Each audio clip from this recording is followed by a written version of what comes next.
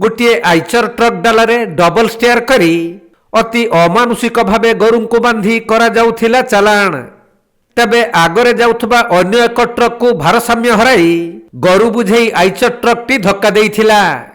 तेणु गाड़ीटी दुर्घटनाग्रस्त होई सेहिठारे अटकी रही जाइथबा बेले घटनास्थल रे गाड़ी को छाड़ी चालक और खलासी चंपट मारिथिले।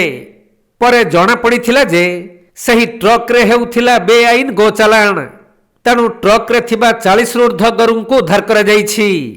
बालेश्वर जिला सोर थाना 16 नंबर जातीय राजपथर रेल ओभरब्रिज निकट पार्क होटेल निकट रे एहिपरी घटना घटिछि।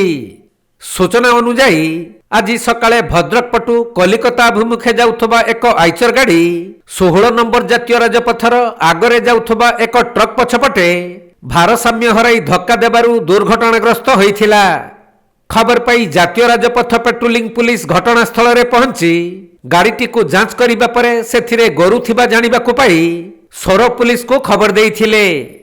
तेणु सोर पुलिस आसी ट्रक उपरे घुड़ा जाइथिबा प्लास्टिक पेपर खोलिबा परे डालारे डबल स्टेयर करी अमानुषिक भावे बांधी रखा जाइथिबा 40 टी गोरु को उद्धार करिसंती। आउ सही आइचर ट्रक टी को जबत करिथिबा बेले गाड़ीर ड्राइवर और खलासी चंपट मारिसंती।